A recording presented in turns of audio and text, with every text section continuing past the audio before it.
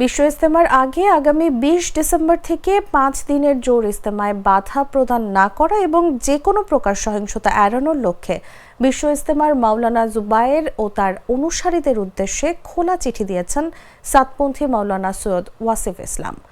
মাওলানা সাদ অনুসারীদের বিশ্ব ইজতেমার মিডিয়া সমন্বয়কারী মোহাম্মদ সায়েম বিষয়টি নিশ্চিত করেছেন।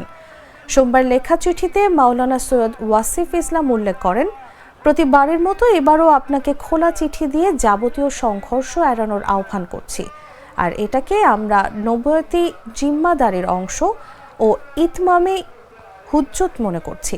আপনি আমাদের আগের খোলা চিঠিতে দেওয়া ঐক্য বা সমঝোতামূলক সহাবস্থানের আহ্বানকে কোনোরূপ সম্মান প্রদর্শন তো করেননি, উত্তরও দেননি। দেশ ও জাতির স্বার্থে আপনাকে আবারও খোলা চিঠি দিচ্ছি।